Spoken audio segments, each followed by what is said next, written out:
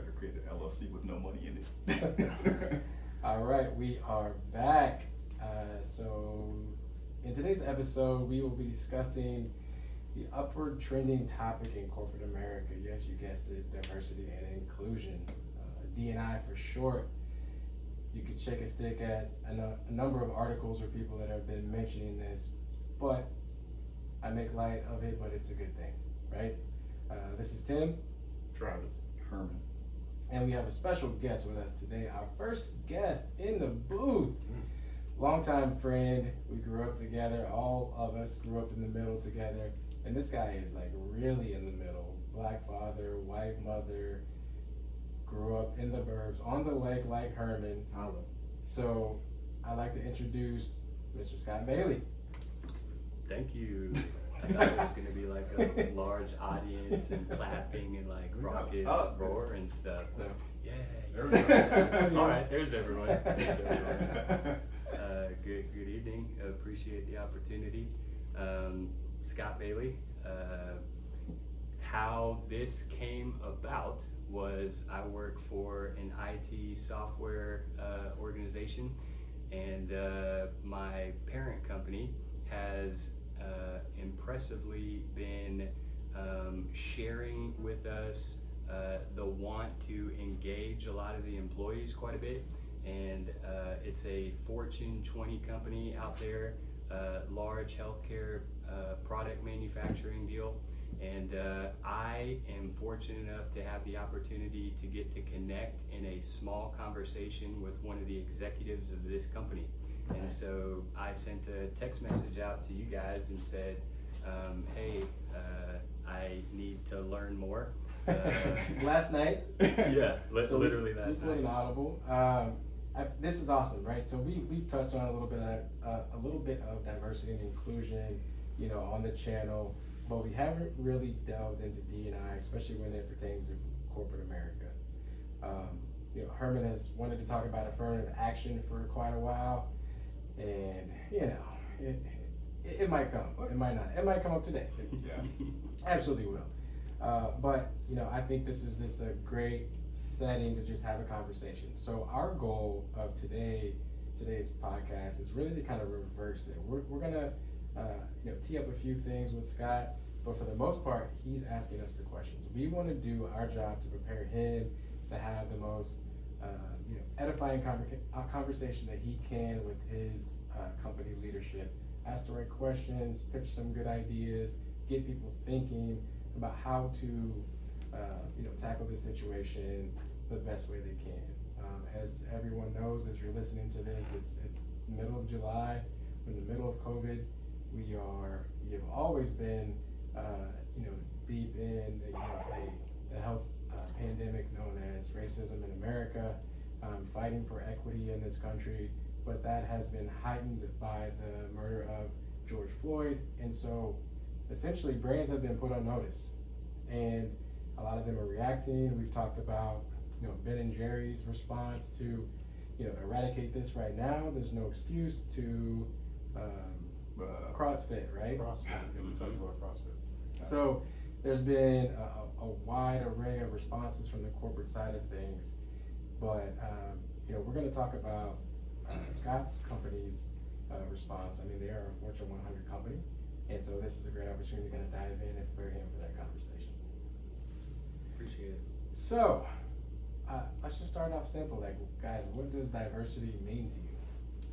I guess I'll start. So I am a believer that based on the size of an organization, we'll say 1,000 employees, like it should at least encompass at a bare minimum the demographics of your metropolitan area. That just makes sense. And there's other things in there, like if there are not a lot of people from certain backgrounds that can provide a skill set, like I get that, but just at a core minimum, like if you have 1,000 people and you get 2 black guys in the entire organization, like you might have some problems. You might consider looking into, at least you're looking now. Sure. Yeah, I'd probably take that a step farther and say not just from a numbers standpoint, but from top to bottom in the organization, is that mixture melting pot of people, consistent from the roots up to the fruits. Yeah. Uh, I mean, that's Yeah. huge because so many corporations and, honestly, this sounds like it's a top-down approach, right? And it should be, it has to come from the top. If you really want to have change, you gotta have the buy-in from the top. But, when the only black people in the corporation or the brown people are in the mailroom or customer service or, telemarketing, are they really making a huge impact on the decisions and the ideas that are being brought to the company?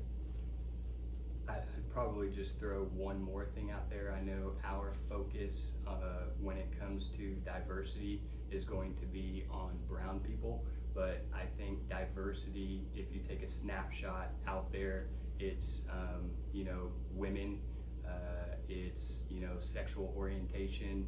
It is literally everything that makes us different. Absolutely. And Yeah. but I know we're gonna probably spend most of our focus here. Well, I think that we will probably be very versatile in this subject because I agree with you 100%. Diversity to me is inclusion.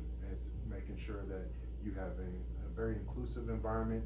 It's not just diversity from your protected classes, you would say, but it's also diversity of thought. Yep. And that comes from having people from different socioeconomic statuses, Yep.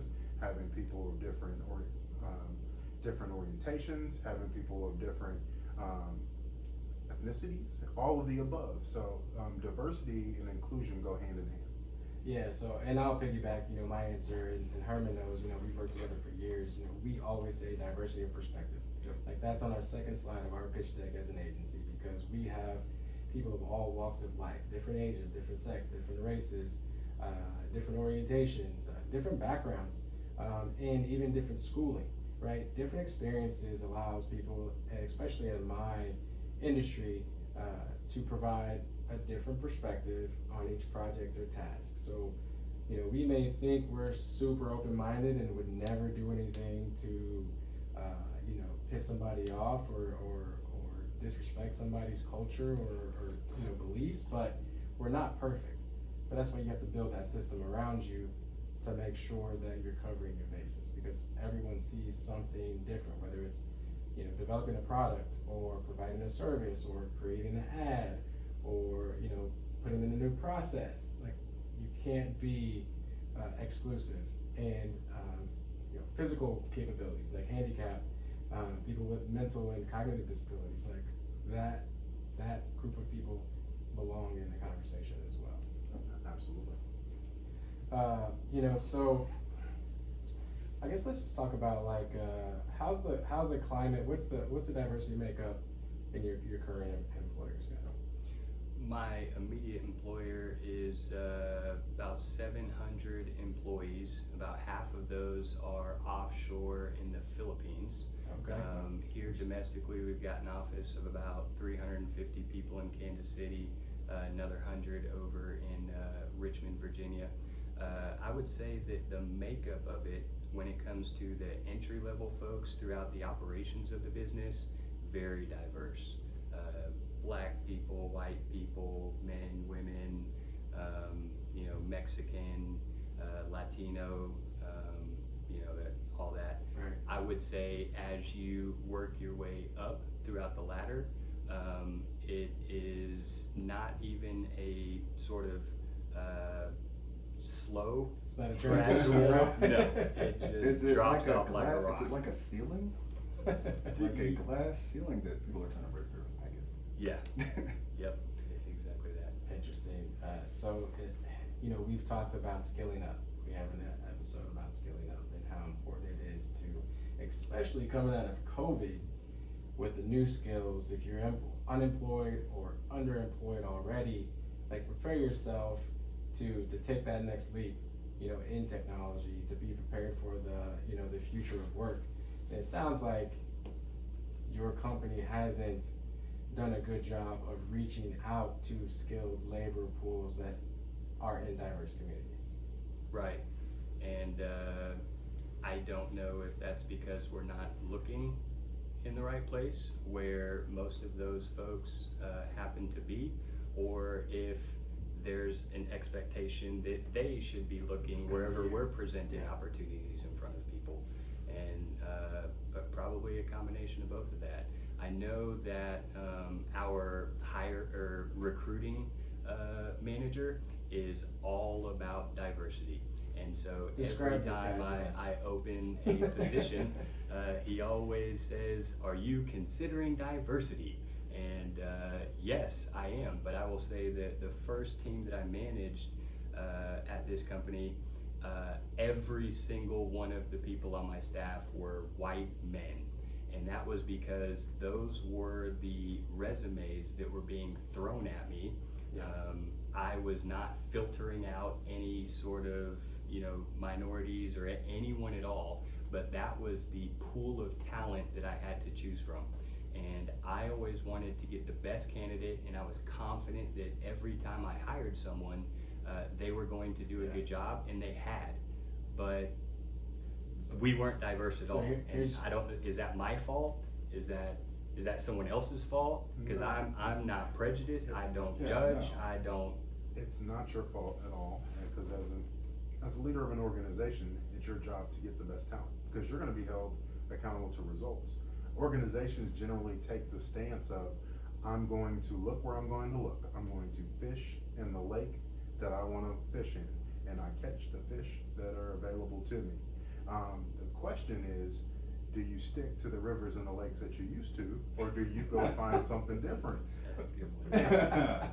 There it So, is. or do you go, fish other places? And that's where, when you're having a strategic mindset about diversity, you go do that.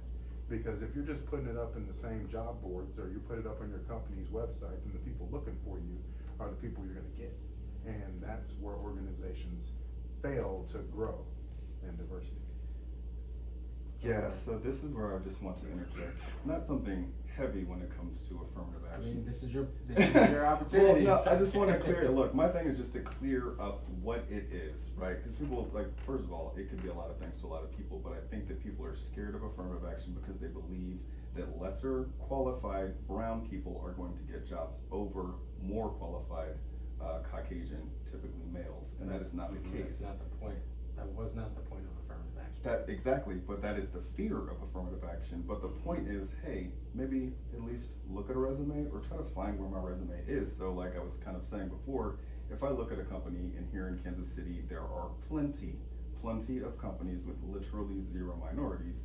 Me being like qualified, smart, whatever, I might not, actually I probably would not apply to a place where I'm just gonna be the only other black guy again. First Not off, again. you've applied to many places. So many places. Many black guys. I know, but at the same time, I'm like, I don't expect that to go anywhere. Yeah. And but it also works in the inverse. So I'm like, there are people that will only work somewhere super diverse, and they're looking for those companies. So I'm like, it is a disservice to both.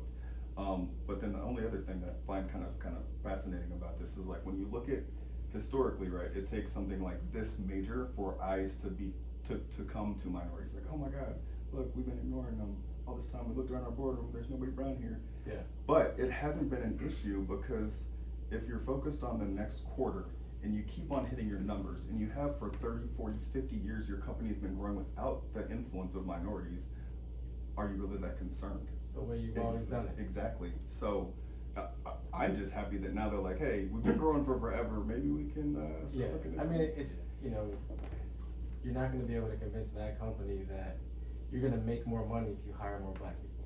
Right. Right, Exactly. and That's You can't promise that. What you can promise is a more equitable company Yep. where you have a more diverse thought, Yep. right? And the idea behind a diversity of thought is that it opens doors to new opportunities that you never knew you Exactly. even had, right?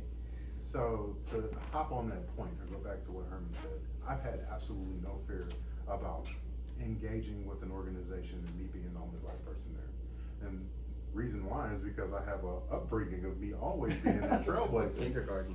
I know. But when you talk about my unique ability, and that's being in human resources, so therefore I have the ability to make staffing decisions, I get somewhat excited about being that trailblazer because I know I'm gonna get in there and I'm gonna take a look around, I'm gonna do my thing, and hopefully people judge me on my content, not the color of my skin, and therefore we build a rapport, and then I bring other people along, Yeah. and then I bring people with me, and then I'm that driving force for diversity. You know, I've often referred to my first position with Walmart, but my first position with Walmart, I'm in a town where there's 3,500 people, and I'm the largest employer in town because it's Walmart, it's a distribution center. Right. And I remember we making a leadership decision, and I was able to recruit an African American dude from Louisiana to come up from, I think it was Opelousas, Louisiana, Herman. I have not gone there. I don't So, but, but yeah, I'm like, well, I think it's by Monroe. So I Okay, was able yeah. to get him to I come almost up. took a job in Monroe. did you? I- Daddy said nope.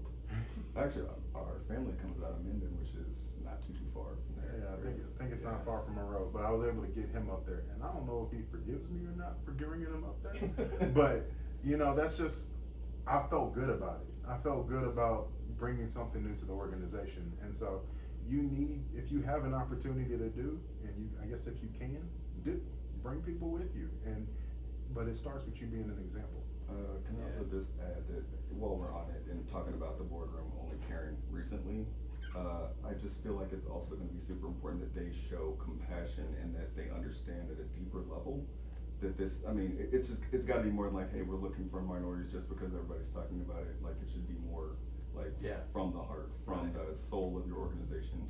So that's a great transition into another topic. Well, bring up can I first. say two Right. things about what you two guys said?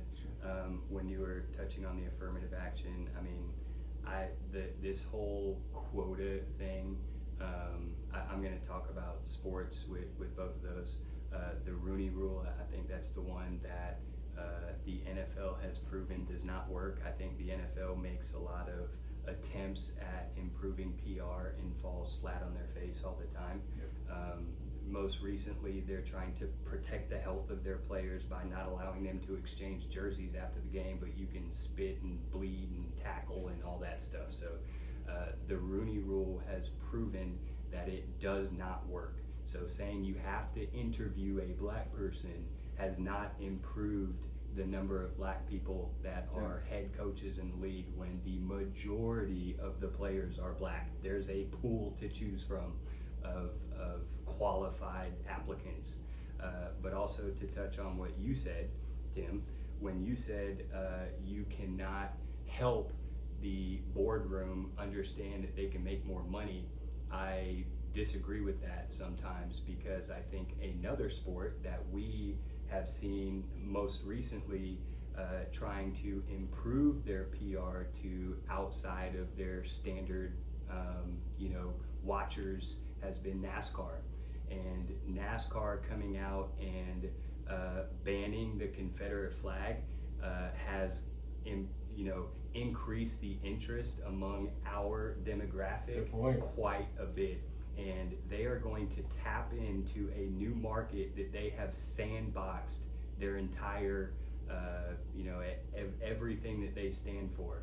And they're going to make a lot more money going forward by getting rid of this, small minority of non-inclusive people and adding everybody else now. Yeah. That's a real good point. You want to touch on the Rooney Rule, Mr. Football? Yes.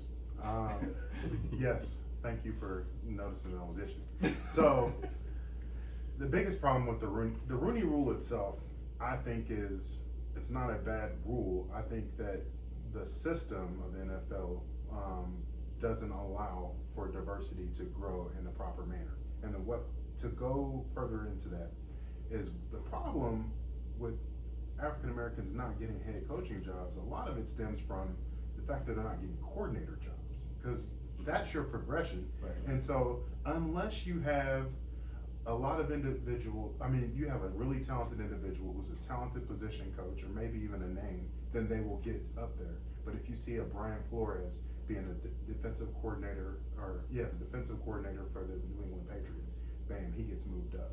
But otherwise, you're looking at guys going from defensive line coaches, or Mike Tomlin was a D-backs coach at Tampa before he got his shot. And that really takes you taking a leap of faith. What we need in the NFL is more African Americans to be coordinators and be given that responsibility to direct at a higher level, because that's where the problem is. And that's where the disconnect is, and that's the systematic thing that the Rooney Rule doesn't truly address.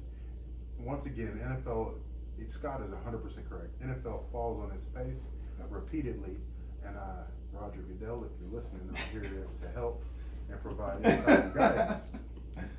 But that's one problem systematically with the NFL. And so when you're talking about diversity and inclusion programs, that's something you got to recognize is do you give people the tools to make that climb and to make that march and do that natural progression to get up to the top? Yeah. Because a lot of individuals get cut off before they can get to the top. Just gonna say. Yeah, I was trying to beat you to it. I seen it. You in your did beat me I to seen it, it in brother. your eyes. No, but yeah, that's the problem, Herm. Just wanted to add that yes, numbers. I think we should all agree that is trash. All that does is make people mad, and it doesn't prove anything. But it's a pathway, and it's the pathway that people oftentimes can't see.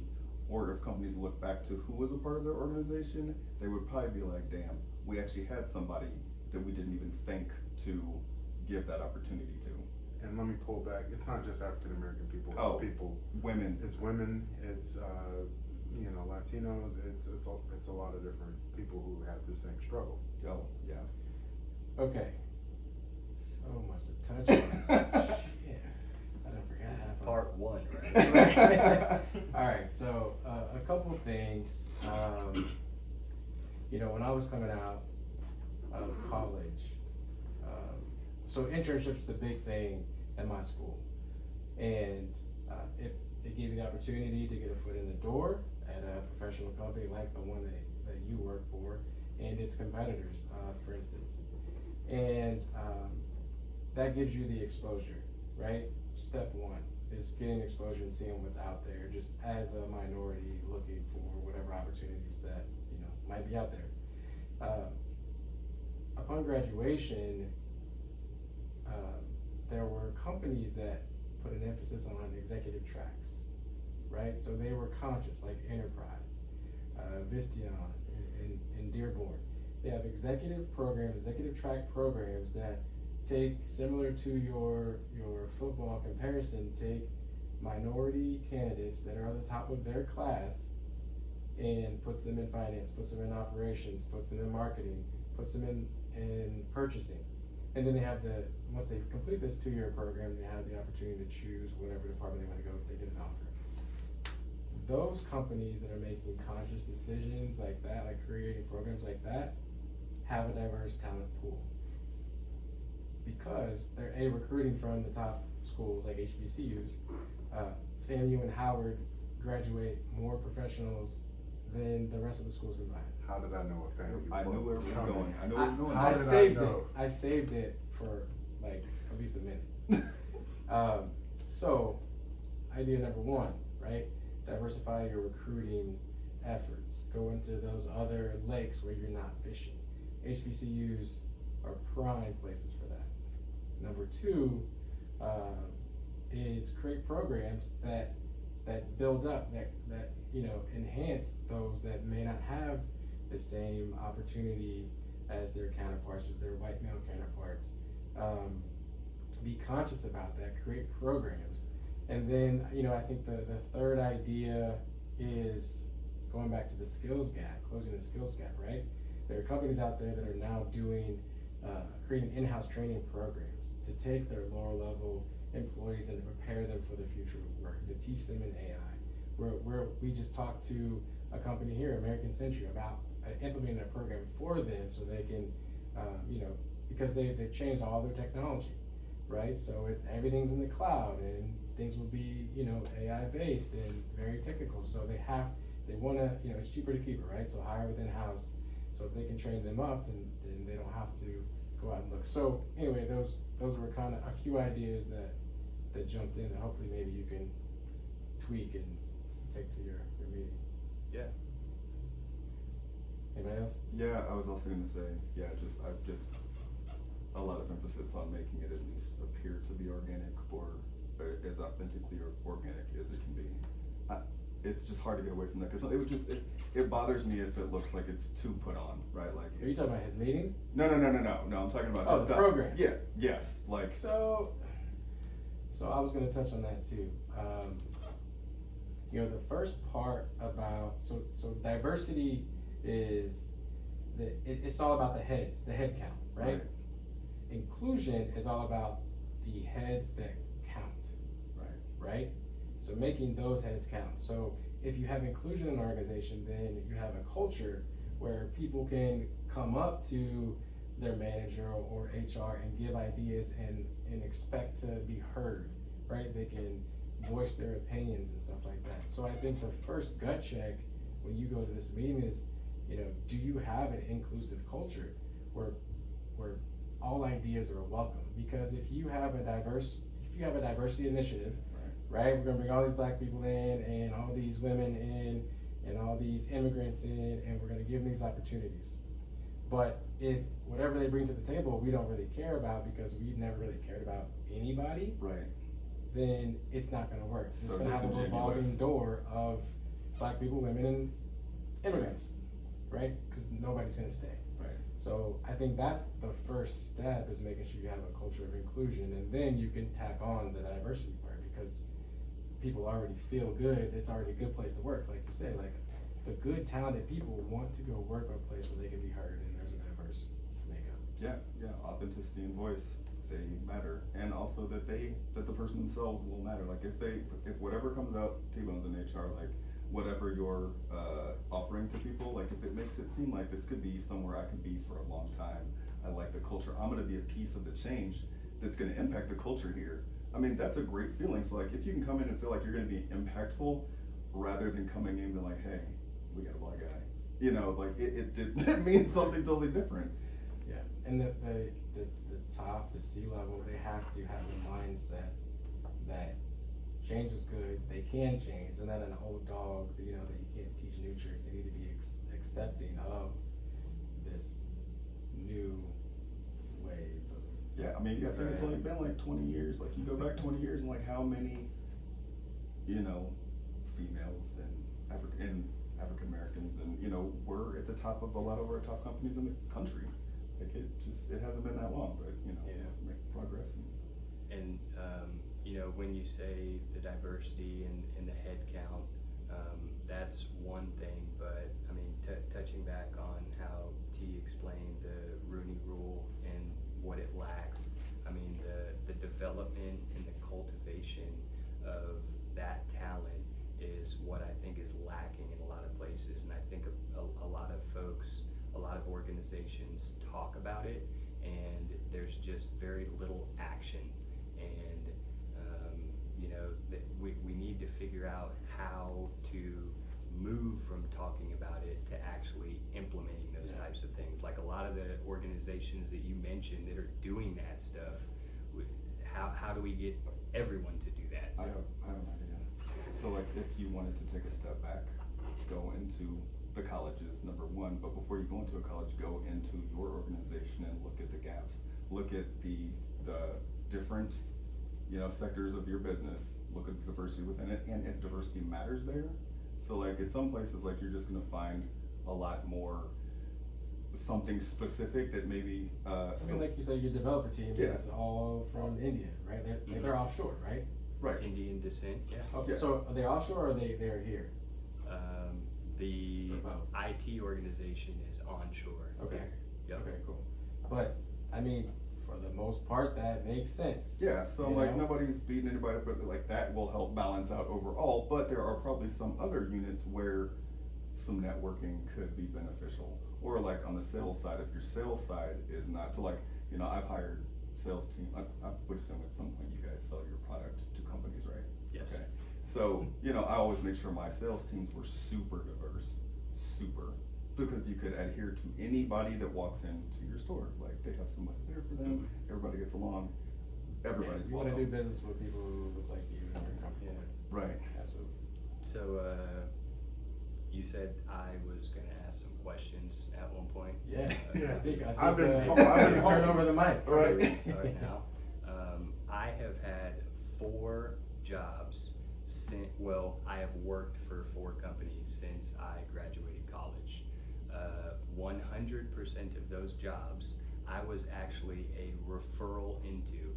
So I was not someone who was out there searching and putting my resume out there for people.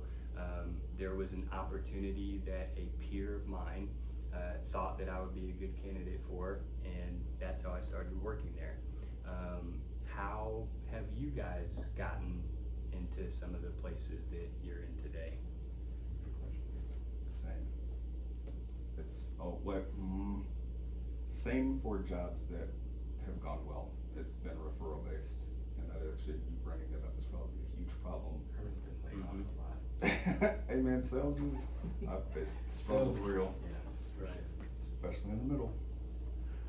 So, I have. I mean, we're not gonna go keep on killing my career path. I'm doing very well. You are Thank you doing very Yeah. much. So I have 2 times I got it on my own.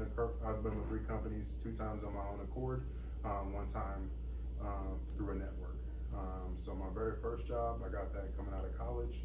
I got that on my own accord. The second one, going to Walmart, I was a referral, and that was honestly somebody who didn't know me, a brother. Just knowing where I came from, knowing my pedigree, and just saying, hey, we got an opportunity, and then it was up to me to take it from there. But yes, it was the Kappa network. Shout out to Kappa up the side. And then my last one was me reaching out, and so my credentials got me that opportunity. Nice. You pursued the last one? That was I it? did pursue the last one, yes. They pursued me. Oh, They pursued me. of course they did. Yeah. So, yeah, I was minding my business, and they sent me. He's living good. Well, they caught me Walmart on. stock. They caught me on the right day, because on LinkedIn sometimes I get advances, and generally I was fairly happy, so I was like, oh no, I'm not gonna do it. But they caught me on the right day, so I said, I'll talk to you. Entertain I that started conversation. liking what I was hearing, and then it was peace out. Now I am where I'm at. For me, geez, it's a storied question or answer. I go back to my network, right? So Florida A&M. 2. So I went to B school for a few reasons. One of the main ones was the prestige, because corporations came and recruited white CEOs, white CMOs. Geez, there was like a handful of black executives that came down, but they were mostly alumni. For the most part, it was all white executives come down. They would speak to our B school and give a presentation. We would ask questions. We would network. And then they would staff the job fair. So we had huge career fairs. We had an internship office. Like, you put your book down, they like your resume, you get an interview, you compete against your peers. The whole setup in the B school was amazing and set me up for life. And so being able to be recruited by Fortune 100, 500 companies at an early age taught me how to be competitive, taught me that, you can't just, sit around and think you're gonna be picked. Like, you gotta go for it and go above and beyond. So they taught us the skills to do that. And so I was able to leverage that network to get my first, crazy paying job up in, Minneapolis. But after that, I took a sharp right turn into small business America and left the corporate world. And so, from there it was entrepreneurship for me. I decided that, the corporate world didn't translate to me very well. It wasn't my passion. Yes, I was one of 2 black people like in my division, and like in a company of 3,000, there was 2 of us in this building of 300. But she was my boss, and my other company, he was my mentor. So we all stuck together, but I don't think that had much to do with it. It was just the environment itself. So I think that's key too. Is the right corporation have to have the right culture, have to be the right setup, but they also have to be open to diversifying their perspective. But I think if I take your question forward a little bit, here currently, where I hire everyone, I make a conscious effort to recruit and hire and look for minorities. So if I go back to your point, well, was it my fault? Like, I got all these A+ white male candidates. How am I gonna turn them away? I'm gonna say no. I think you didn't tap into your network, right? So if that was IT, I mean, I could have, you would have reached out to me. I could have connected you with the most illustrious HBCU in This guy. America. Scott, what's your next question? Yeah, but hold on, let me just cut that off. Right No, now. but real talk, I think that's the biggest issue is that we don't reach out to the other lakes, and it's not that we're just not intentional about it. We don't do it purposefully. It's just I extra. feel like it will also help. So, like, are these positions that you're hiring for remote? They were not But for all of this. but they probably are now, right? That would be more open, yes. So if you found a delightful person that could do all of the right skill sets in California, I mean, or Atlanta, exactly. Like, I mean, now your search. I mean, honestly, your search could be way Very broader. good point. Excuses are over. I mean, and that's a great point, Herm, because I haven't recruited from FAM yet, Right. because I don't pay well enough to offer them to move from wherever they are currently to Kansas City, Missouri. But I'm working on that. But you're absolutely right. Now with the remote work, environment, man, I mean, that's a barrier gone. yeah. So I'm like, if that wall is gone, and even if they needed to be here, so if you're part of an organization learning something with a pathway, if they need to come here, they hypothetically could. And then whatever happens in a person's career path, they might be another great skill set in Kansas City if that person, hypothetically has to move to a different job or something like that. Like, that's just better for the city, having better, more skilled people in general. So It's a good point. I mean, that's a whole other topic is, making Kansas City, one of the most formidable, metros, in our category. And we need to recruit the best and brightest, and it needs to be a diverse, mix of talent for sure. So I mean, taking some city pride to it, Yeah. kind of pushes it. come here, Mahomes. If you're making that money, we got money for you too. Not like that. What characteristics do you think who you directly reported to or the leaders of your organization had that allowed you to grow that corporate ladder in the places that you've experienced the most growth? In the organizations I've been a part of, there has been a commitment to certain competencies. They wanted individuals who were driven, who were continuous improvement oriented, people who were structured, who could provide structure, and they wanted individuals who were innovative and creative. And that, although I'm not super creative, like I can't draw like Tim, but I do have creativity in my thought on what is going to work and what the organization needs to look like, and I don't want to do the same things over and over. And with all of those things, plus an obvious commitment to diversity, because when I was so young, that they had to have more experienced candidates when I got into Walmart. Like, they just had to. And I go back to that one because it seems like I was a diverse hire. I mean, I really truly believe that I was qualified for the job, that I was capable, but I was like 2 years in the game, and you're asking me to help run your distribution center. That's 800 people. Like, that's not something you give to a 25-year-old. And so I really feel like it was part my diversity. And so they committed to that. And then they wanted me to bring something fresh to an area that didn't have that.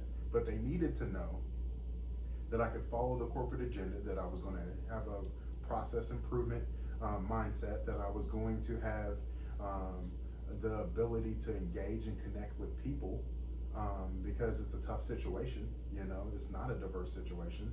So you got to have a guy who's likable, who's approachable, and they needed to know that I was going to have certain structure and be able to follow the corporate agenda and rules, because it's a very rule-driven company, because of all the lawsuits that they get, and they need to make sure that I'm not going to add to the list. Right. So when you blend those things plus a conscious effort on diversity, I think that's what they were looking for. And then my current company, we're very diverse, you know, in some respects at the bottom. But it wasn't a diversity thing. It was me being me. They took me because I was the best candidate. And it wasn't about my skin color. It was about my knowledge, skills, and abilities. And I felt comfortable when I met with them in the interview. And after all that was done, that I was the best fit for that job. And I hope that every day with my performance that I prove that. And I feel comfortable that we have a very good relationship. But when I go back to Walmart, I really look at that and say, okay, that's what they were looking for, and then they have that commitment. Yeah, so, for me personally, my number one thing at the time, so going back, I was not about what I am today, which is books and knowledge With and gesture. structure. Yeah, you know, so, but I will tell you, the one thing that always, took me, ahead, like when in retail, was really my network and the ability to recruit. And being smart about, well, actually, it's not even something that I could help. I just was around really good people. But if you look at the amount of people that I brought to the buckle, I mean, it is crazy. And how many of them went on to manage the store that I came from, right? So I could recruit for the store I grew out of. When I got to New Orleans, I could recruit like crazy for there. I just had, one of the best compliments I ever got was you actually would have to pay somebody to want to leave Herman's team because it was so much fun. You know, just like making a culture that was your family, which obviously, like, I didn't have any family down there, so I'm like, hey, everybody that I Not have gonna is be my friends. y'all not gonna be my family. But you know, I treated them with, you know, love and care, and you know, I was able to grow and send out managers, and so that part to me was what helped.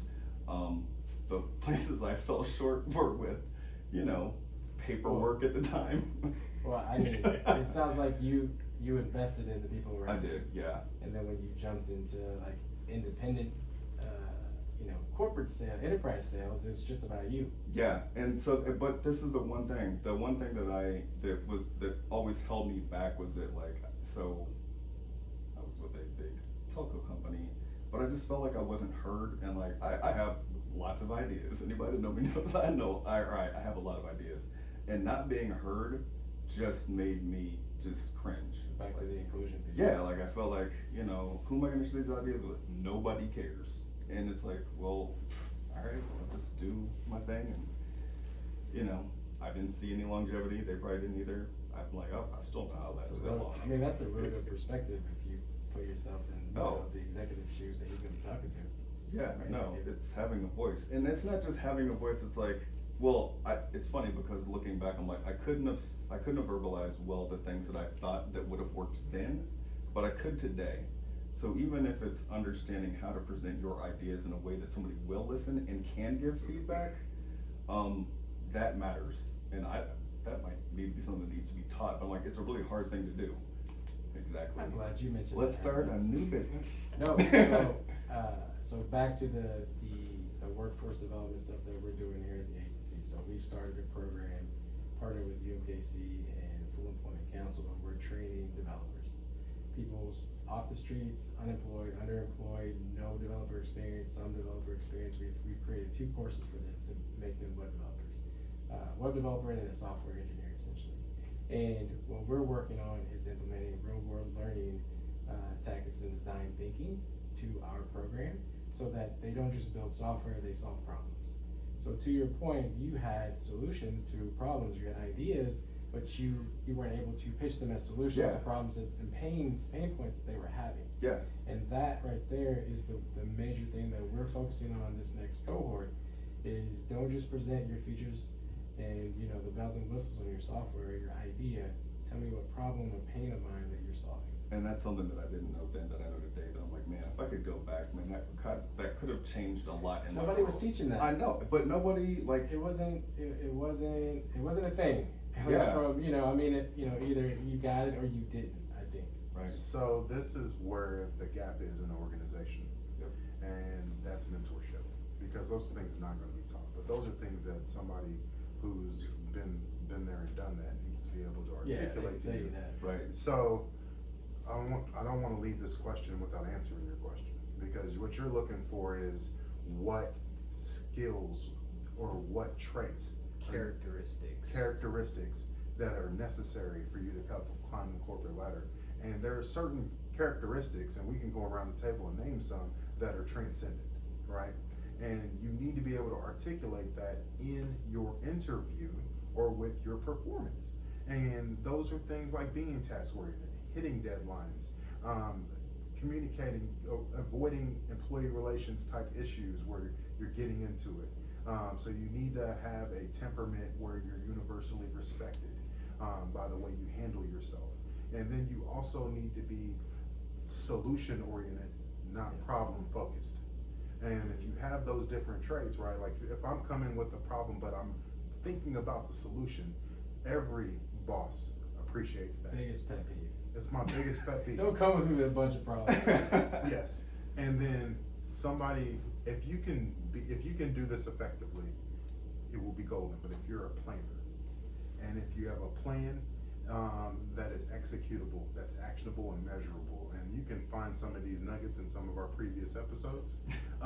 But those are the different things. Those are the things that are transcendent. And if you can articulate those things and you can put those things out there with your performance and then package it in your interview, that's how you display yourself. So there's definitely an audience that should absorb all of that and help instill some confidence in them to get out there and be as confident as you were when you were talking about that. What type of characteristics in the leaders that you looked up to did they share that even gave you the opportunity to grow? You know, there's some characteristics that, okay, we've met our quota, they're in the door, but we're gonna keep them over to the side there, and I don't care how well they perform, there's the glass ceiling there. What characteristics do leaders have, regardless of what color that they are, that help this growth and this development and cultivating the culture that we're looking for? Whether married to a black woman, I think that's the first thing you look for. Any white guy married to a black woman is just cool. Oh, man. Nah, I've actually never worked for that guy. But I mean, I'll kick off. One, I think the one for me was my boss challenged me. Like, she did not let me produce mediocre work, and she was black, right? So I was representing the culture. So she made sure that I and her, we represented to the highest. So, you know, just excellence in performance. She had high expectations. Sorry, I didn't know if you were finished or not. I know for me, it was a boss that always brought me in to learn. Even if they were with their team that I wasn't a part of yet, it was always come over here, listen. You know, even if it wasn't about me. But anytime that information was shared, they were like, you can be a part of this. So that level of inclusion, and this was even when I had first started, and a lot of times people are like, no, this isn't for you yet. But I'm like, really, it should be for anybody that you hire that's a part of your team. Why are you keeping information from them? And so that was the number one characteristic, and the fact that, same thing, challenged, goal-oriented, come to them with any problem at any time, which obviously in certain settings is not always whatever, but with a solution. Right, exactly. Yeah, and that made me want to kill myself to produce for this boss that I knew cared about me and my success. And I mean, I still think about that to this day. I always look for how the boss treated everybody within the organization, not just me. And I looked at it from a communication standpoint, how they communicated. Were they clear and succinct with their communication? Did it have, was it engaging? Was it constructive, or was it destructive? I always look for that. I always look for how they dealt with people's situations, because people are very volatile and they bring things from external into the internal workplace. And so I always looked at how they dealt with these different things. Did they have a sense of empathy when trying to go through these different situations? Because those who are empathetic will make 360-degree decisions. They'll make decisions that have the whole gamut of information available to them, and that's one thing I look for in conjunction with the things that they said, because they are both 100% correct, and those are things that I look at as well. So you both mentioned things. I sort of used the professional and personal cap. You know, I wear both of those throughout the day. When I'm in the office, professional cap, all business. When I'm out, personal cap. You guys mentioned things that your managers or leaders did with their professional caps. What kind of characteristics when it comes to just a personal standpoint? You know, asking how you're doing, asking how your weekend was, getting to know you more, getting more involved in your culture and the things that you appreciate. What kind of characteristics did leaders have in their personal hats? Super important. It is the foundation of approachability in a relationship.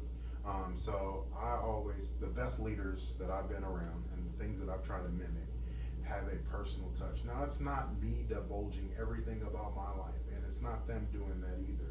What it is saying, how are you doing, and meaning it, not checking a box. Because there's a lot of people who are by and say, hey, how you doing?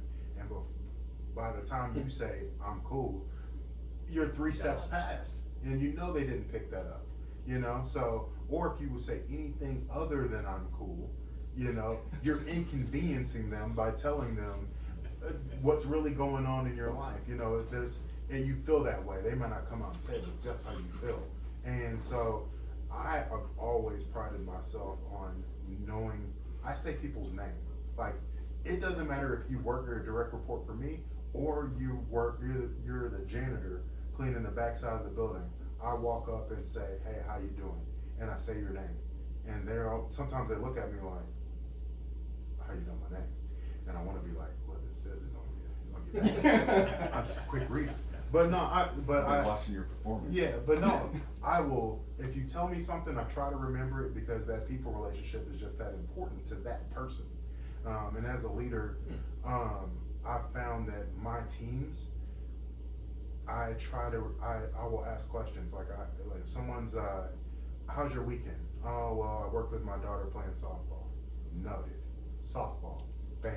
Now I come back to the table a week and a half later. How'd the softball How was game your go? son's baseball? I would mess that all up. I think I might be a bad leader. Well, so when we talk about those different things, those things are just so important when someone cares more than just a simple, hey, how you doing? And they're not measured out on the stat sheet or your performance or your metrics. I also think that you can maximize knowing why they're coming to you, right? It's like, you know your best skill set, you know why people are drawn to you.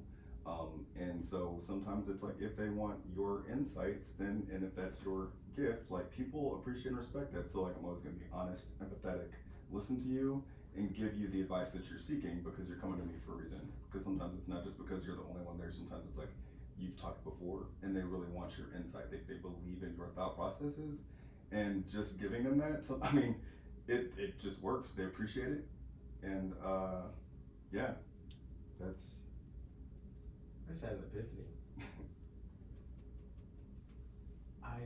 My managers in corporate America and the big Fortune 50 companies that I worked at, there was no personal relationship.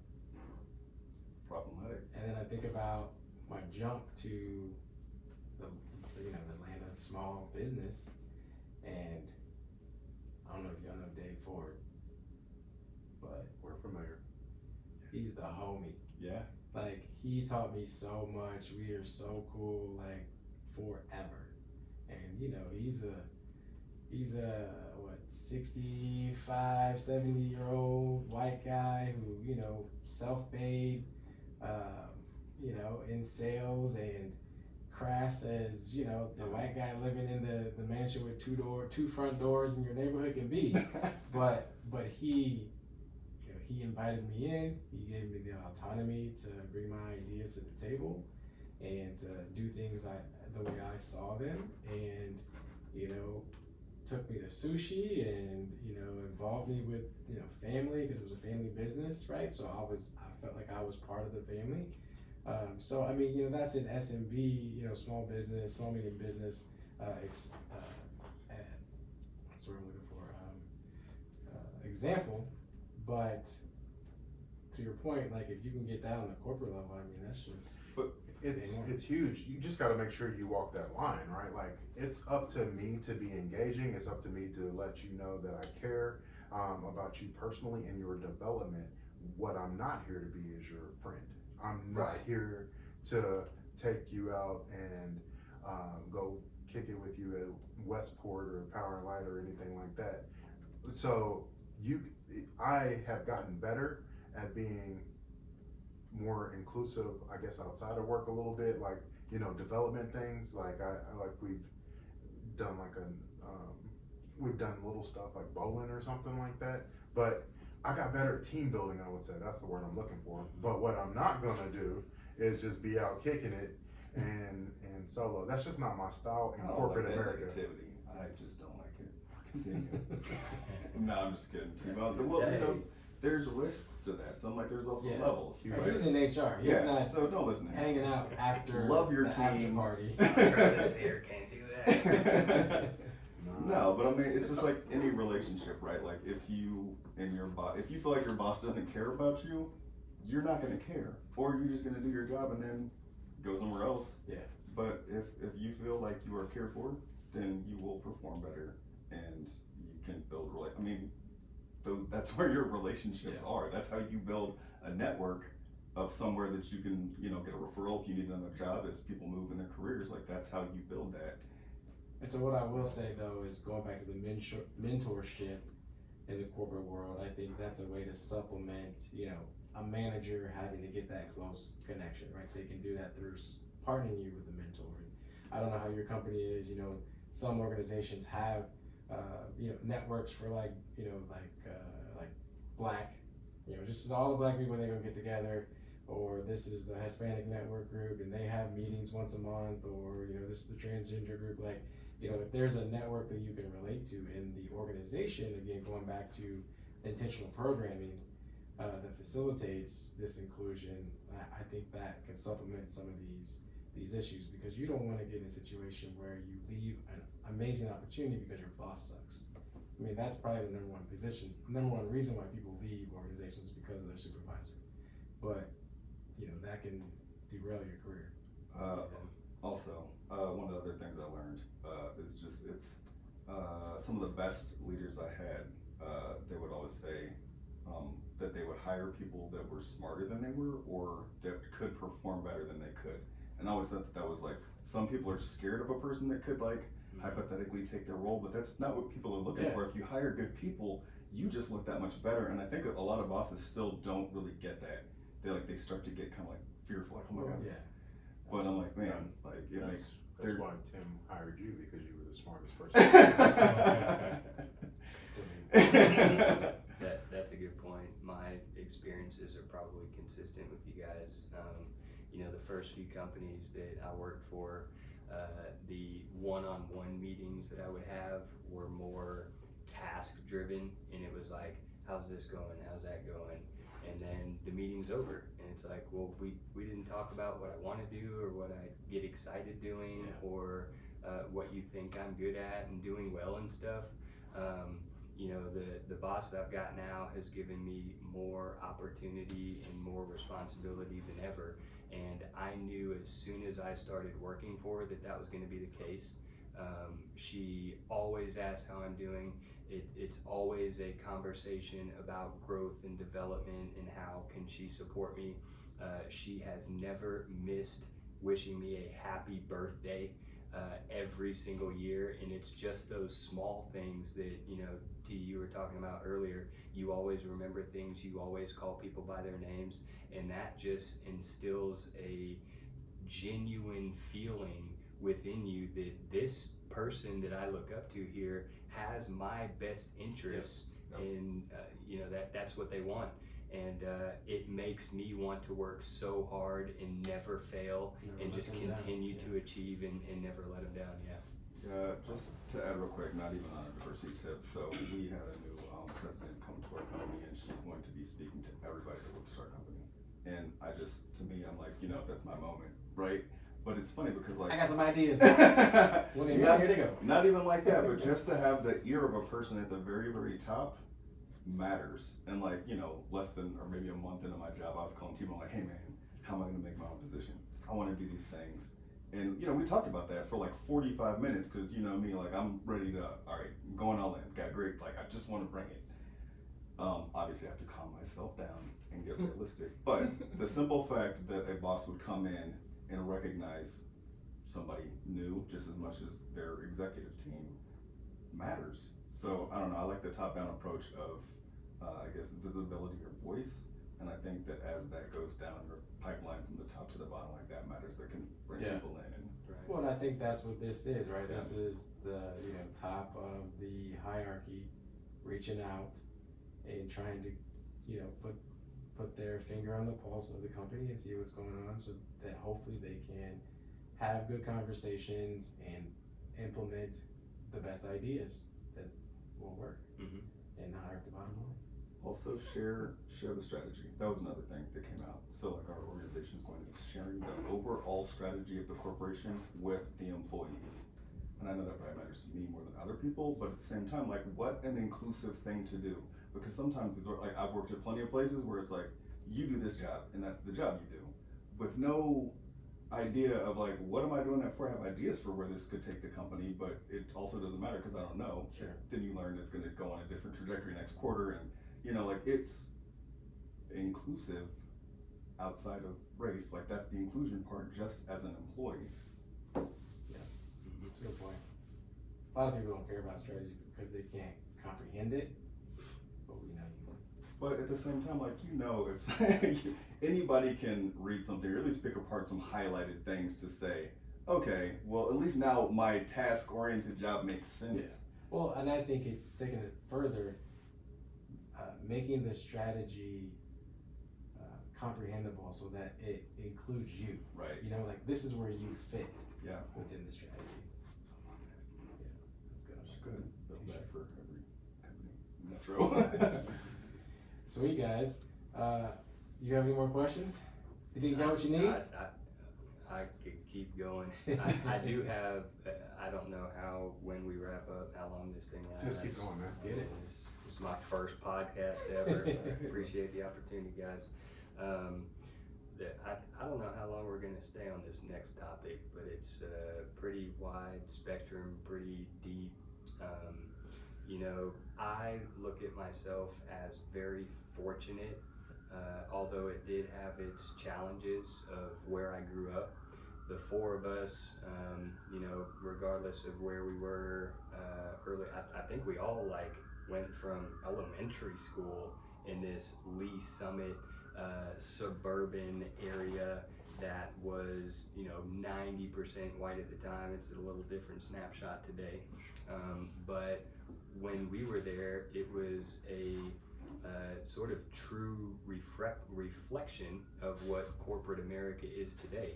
And you know, I talk about, you know, I've got some peers that are the gangster type, you know, I feel like I can communicate with them. You know, I might wear a different hat, but I think I can also talk to the white collar CEOs, you know, leaders of organizations and everyone in between.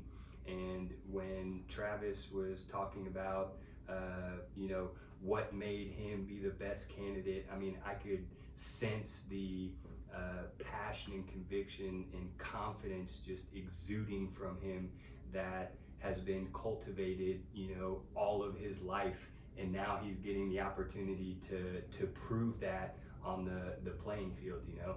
So not everyone was as fortunate as us when it comes to that. A lot of folks were, you know, they've grown up in, I hate to use the term inner city, because I mean, it's not inner city, like it's not in the middle of downtown or anything like that, but when I say inner city, I think everyone knows what I mean. And the folks that grow up there, they're not given the same tool sets, the same skill sets, the same education opportunities that we were, but also it's just assimilating in this white collar, white male corporate America. And we've talked, for the last hour about a lot of the network and relationships that we've established, and it's helped us get some of the opportunities, whether they're referrals or anything like that. So what do you think, growing up in a place like that, how did it give you some opportunities that maybe other folks weren't as fortunate? That needs to be its own episode. Totally agree. We take And like a a t-shirt. commercial break. I mean, that's hashtag middle privilege. Yeah, it is, man. Like, I mean, that's like, that's growing up black in the middle. yes, we literally, like, I feel like I know so much about white culture because, I mean, we're just immersed in it. Like, being the only black guy is not it's not new to me. It has been my entire life. So I actually feel pretty comfortable. I know what's coming. I know what people, like, it's. That's why you know how to navigate Exactly. the landscape. And so, I don't know. So the solution has to do about no. Give them the Reader's Digest version. Of what? The Of quick your answer. Of your answer. Herman's like, I got a Google Doc for it. Yeah. No, I'm not going to. What y'all do? Let me get my thoughts together. All right, so I'll dive in. Growing up the way we grew up, and growing up in the suburban area has definitely helped the navigation through corporate America. My personal career path my personal journey, I guess, from going from Lee Summit to going to Missouri State University. Either way, I was so prepared for that because it was the exact same thing. I was going to a state university that didn't have great diversity, and I was used to it. So then going to corporate America, where there wasn't a ton of diversity, it was just the next step in the progression. Like, there was no real difference. It makes you very versatile. And like you said, you can talk to anybody. You can understand anybody's language. You're very, very valuable because of that experience. And being in a room and being the only swan in a pool full of ducks, you're not fazed by it. You just execute at the same level that you're accustomed to executing because that is your norm. And sometimes I've been called out by a couple of my friends because I pronounce all of my syllables, right? Because I speak different or I talk different. E's and I R's. don't sound. Sometimes you don't. You know me well enough to know that there's code switching, but they think that because I can do all that, maybe I'm different, when really I'm just me. And that's probably a lot like the people they think I'm different than, but It poses problems when people get real comfortable, doesn't it? it does cause problems when people get real comfortable. And everybody I know the four of us know what that means. Like, oh, you thought you could ask that question? That's uncomfortable. Yeah. Pick up a history book. Yeah. Alright. What's your response? My response. I would want my response to be a solution, but I honestly don't have a solution. Like, that's just the world that we navigate. It's not a solution. You just want to know how growing up where you grew up helped mold you to where you are today. Because nothing is different. Nothing is different when you're in the middle. It is the exact same. The colors aren't different. The only thing that's different is being task or a job. But I guess the only thing that's different today is that people actually want to hear what I have to say. They're actually willing to listen, and then they're actually shocked. I'm like, oh, that's a pretty good idea. Great. Let's talk further. Talk further? Great. That's all people want, is opportunity. Nice. But if you're Tim McCoy, they always wanted to know what you had to say. They always just, I'm sure they start with like, well, notes from FAMU, and that's the best thing ever. But growing up, though, the Tim McCoys of the world, they wanted to know what he had to say. And Yeah. it's because he commanded that type of respect within the arenas we grew up in. Yeah. He was always leadership, and he pronounced all his syllables as well. AKA goody two shoes. Thanks, Travis. I mean, yes, fam gave me a completely different perspective on life, and that was done purposefully because, I was one of 8 blacks, or we were 2 of 8 blacks out of 374. You guys were 2 out of 400, in your graduating class. So it's just how we were raised. I think the we use that as our superpower today, but you know, a lot of times I feel hindered that I'm closer to white America than my black culture. You know, we talked about Juneteenth, right? Like, we didn't celebrate Juneteenth growing up. And I'm a 39-year-old adult really diving into how important it was alongside of my white counterparts at the same time. Like, how foolish do I feel? But that's just, and that's not even a suburban thing. Like, my pops didn't celebrate it, you know, and he's from the city. He's from the inner city. So, you know, I don't, you know, there's positives and negatives to, you know, growing up in the middle, but I think we all had a bit of both sides that made us who we are today. So we are able to have, we can wear both hats, right? And that's our superpower.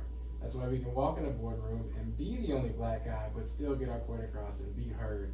And yes, they're gonna be like, wow, that black guy was very articulate and had really good ideas. He speaks so well, he's so well spoken. You know, at least that's what they say in their mind. But Sure. but yeah, then you get. Anything he said, I'm just like, He looks Like his hand gestures, he's got a certain Barack Obama type. Reminds me of Barack. You know, but I think it gives us a platform to an opportunity to lift others up. So we go back to like the affirmative action or reaching out of our legs. You know, I've been purposely, you know, I've purposely hired outside of white male. I don't have a white male that works for me.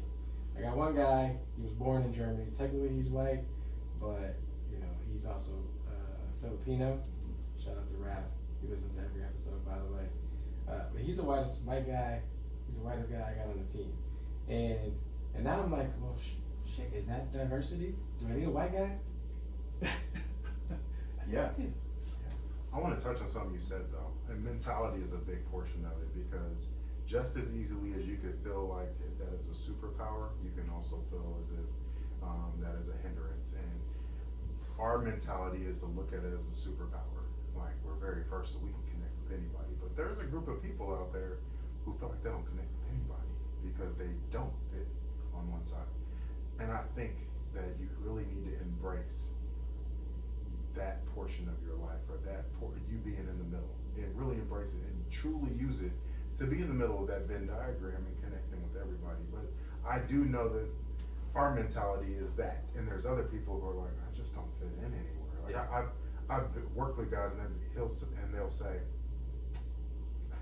I just never really truly felt like I connected.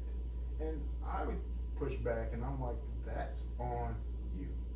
Like, that's on you. Because if you're gonna walk into any organization and feel like people need to embrace you, and you're not doing it back, you're not going out there seeking those relationships, you're not going out there learning and being approachable, then you left food on the table. And you really need to make sure that you go do those things. Now, if you put yourself out there and then they don't love you, then you know it's something.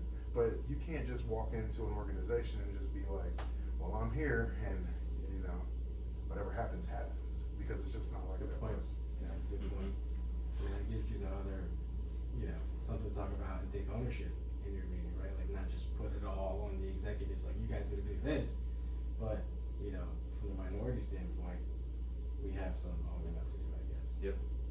Initiative to take, absolutely. What else you got for us, man? I'll let Matt go a little bit. I think he's got some stuff. Well, you know, actually, I think we covered most of what I wanted to talk about. You know, I just think the most important piece. I mean, this was an awesome episode. This was definitely my favorite. A lot of good gems came out of this, and I hope you kill it in this meeting. You know, my hope. I guess let's go around the table and let's give Scott some words of encouragement. Oh, starting with me? Yeah. Oh. Renee's going first. Yeah. Somehow. Because his brain is wrapped up right now. Okay. In of itself. Okay, words of advice to your bosses. I don't know. This is my bosses. Yeah, they're so far out there.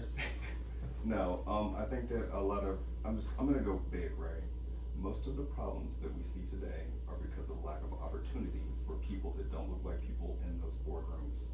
And if they're considering doing these initiatives and they want to be honest, they just need to be honest and do it and don't give up and give people an opportunity to grow and thrive and earn. And that, done over and over again, will change the world. Big, but Drop simple. your mic. Alright. It's right. Maybe before you guys go to touch on that, you are a sales guy. You have a sales background. I was not successful in sales, but the one thing that I took away was oftentimes you need to help someone create desire to want it, as opposed to just trying to push it and sell it. Yeah. And I think that's a challenge that we face, is to help these people understand the desire. It's not always monetary, although sometimes it is, and sometimes there's these markets that just simply haven't been tapped into. But how can we help these leaders and these executives understand that you really want to do this? You haven't yet, you might not have thought about it, you might have pushed back against it because you're scared, but this is what you want. This is going to make your entire organization healthier and stronger. So that should be figured out. So that should be your role, or your group, or this group's role could actually be figuring out the market gap and where this initiative could have the biggest impact financially or brand wise. Like it could be that, and that in itself is its own task and initiative and gives you more ownership in your company. Yes. Yep. So that's a really good point, because you were saying that, I'm like, oh shit, I don't have the answer. But I think the result that you want out of this meeting is to create a committee or a task force to go problem solve, to find the solution and maybe present these opportunities to the exec team. And again, it's a big company. There's probably some organizations doing some stuff, and I don't know the nuances of this. Maybe, they're doing these in different parts of the country, or maybe this is the only one. They just got all 6 brown people from, middle management or higher, upper management. It's like, hey, we want to hear from you. But, when it comes to like convincing them that it's important, I don't think you're in a position to talk markets until you do the research, or money or bottom line, because these are CEOs, they do that shit in their sleep.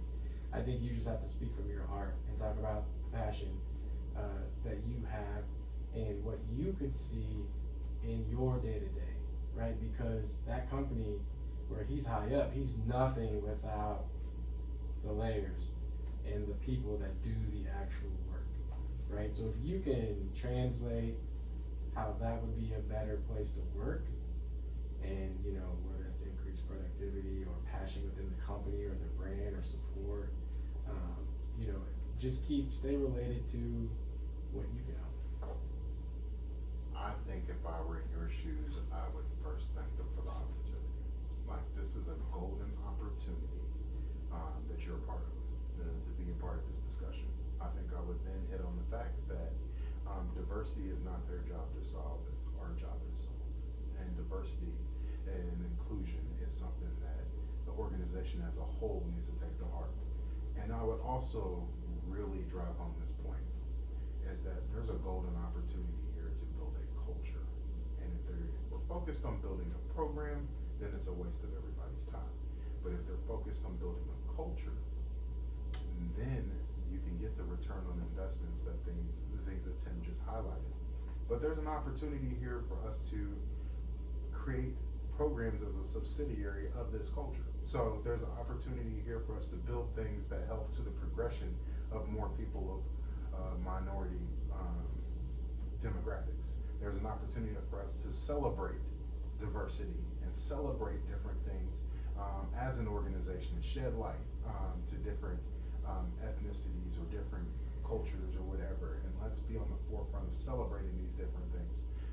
There's an opportunity for us to grow and connect together through mentorship programs where we are talking and we're sharing and we're collaborating and we're doing things just besides discussing metrics. We're talking about humans and leadership and continuous improvement and moving the needle and all these beautiful things.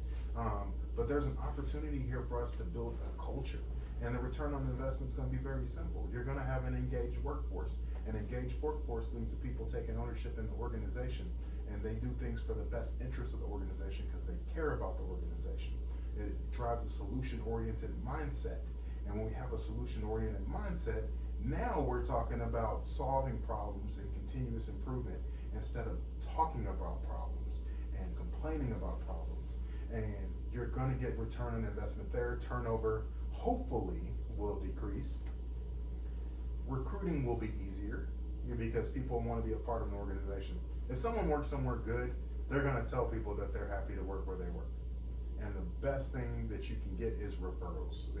You want people telling their friends to come work there. That's the best type of advertisement you can get. There's so many different things that won't hit on your P&L sheet, but what they will hit on is you'll see morale boost, you'll see productivity increase, and you'll see engagement increase, and all the ripple effects of that. But I think that focusing on this is an opportunity to take our culture and progress it, and that is a beautiful thing. Can I say one last thing? No, Always got Man, one come on, last just thing. one last thing. Also, what a great opportunity to utilize the data. So, like thinking through what matters, like what is currently being tracked, what can you track, and what correlation and causation can you see in different levels of the organization when it comes Boy, to what the fuck did you say? when it comes to diversity. Correlation. Yeah. Dude, you guys are tech and health, so you have data on a lot right now. But specifically, when it comes to your culture, you could see data on who you're hiring, how long they're staying, the longevity of employees. You can actually set benchmarks for goals that you might come up with to achieve as an organization. And you can track that, and you can spearhead that. And I'm just saying, utilize data. You cannot go wrong telling the CFO, we would like to look into the data to track to make sure that this is an effective thing. We also need 10 years to do it. Just make sure you get your contract. Yeah, no, that's a good point. And if they don't have it, then that could be a solution. Exactly. For the task force, like we need to implement systems to 15-year track contract. and we'll build the software. Exactly. Sweet.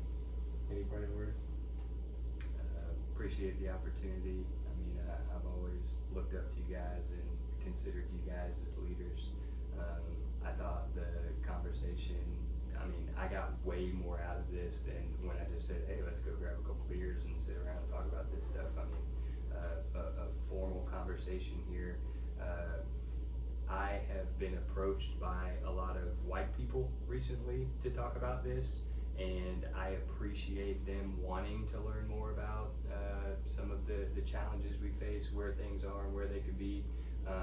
But having this conversation with you guys is something that I think we need to do more and more. I can't remember exactly what Max said earlier, but I remembered the I am my brother's keeper. And we talked about some of the ways that we were maybe given a better opportunity than some other folks. And I think if, just like T said earlier, we are all a part of this solution. And this is not something that, okay, these smart executives need to come up with some creative solution to solve this problem for us. It takes initiative from folks, and it takes a desire from other leaders. And I think a combination of that is what is going to help us get to where we need to be. And I don't think that there's, we're talking about a lot of the data, and I don't know if there's ever going to get to a point where we're like, okay, mission accomplished, we're all good, we don't need to consider this anymore. I mean, when you think of slavery, when you think of Jim Crow laws, when you think of all that other stuff, I mean, it's all over, but the challenge of diversity and inclusion and equality is not remotely close to over. So these conversations, I just think we should have more and more, and I appreciate the opportunity, guys. Awesome, man. That was great. With an organizational growth mindset, it's never over. It'll always continue to grow. So this has been an awesome episode. We had our first guest in the booth, Scott Bailey. Yes, man. Yes, thank you, Scott. We'll be doing this again because I know Herman's already thinking about part Oh, I'm gonna come back with data points for you. Yeah. Ow. Sweet, guys. That was really good, man. That was cool. It's only an hour long enough that would be. How I long was was like, it? yeah, I'll be 20 minutes, honey, and shit, it's fucking Tuesday too. We got a Zoom call. Zoom call. We should have just kept it on rolling. Started How long right was here. it? Hour and a half? Hour and a half, yeah. Shit. I gotta get back to the summit. Yep. I got a 5-minute Thanks, commute guys. home. I got a lot of takeaways from that. Appreciate it. I'll Good, keep sure. you guys posted. Let you When's know your, how it goes. When's your meeting? The 22nd. What's that? Next Wednesday, Okay, yeah. Thursday. So at least you can put it up if you want to re-listen to it. Right? Yeah, this one. Yeah, He'll have this out. You had mentioned like not putting it out. Like you can put it out as quick as you want. I just didn't want to mention the company. Or Yeah, something. I think we. But you can put that out to. I'd love to pass it along to a lot of people. Yeah, I need to People hear you would on appreciate wax. hearing that. That was a good conversation. I had a lot of uhs and stuff at the That's beginning. Oh, I you're think I good. got that up the We- system. All of us have screwed up at some point in time on this. Yeah, it's new, but it's on. We've had we've had It- likes, it's we've cool. had coughs, we've had breathing on the mic, we've had all kinds of shit. Muffled audio. We had a Muffled tick. audio. Which one was it? Yeah. The Father's Day Yeah, episode. Father's Day episode. Yeah. One of my other favorites. Shit's fucked up. Yeah, well, if you Yeah, need man, a I fresh mean- perspective or something, I'm happy to jump on. Well, yeah, thank you for doing it, man. I said I did time. Yeah. Yeah. I just hope the fucking recording. Come on, man. There you go. Oh, you kidding, right? Hey, you gonna use the outro with this one? Yeah, I already got it set up. No, you don't. Yeah. Not the I one put you it- sent me. No. Oh no, I put I'm the just other one. I kidding, put the man. other one on the music episode. Oh, that's right. That did record, right? Be bullshit.